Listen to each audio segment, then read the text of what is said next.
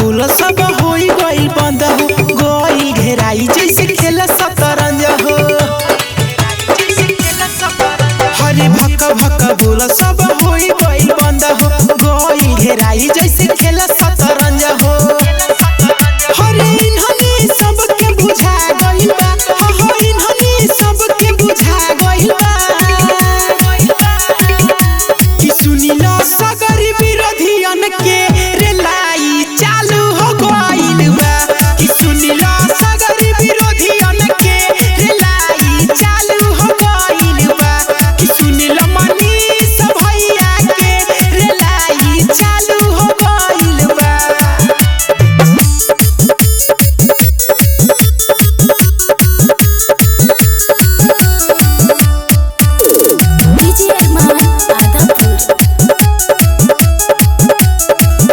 गलत होके काम जहाँ उठावे ले आवाज हो। सगरी गरीब हवन के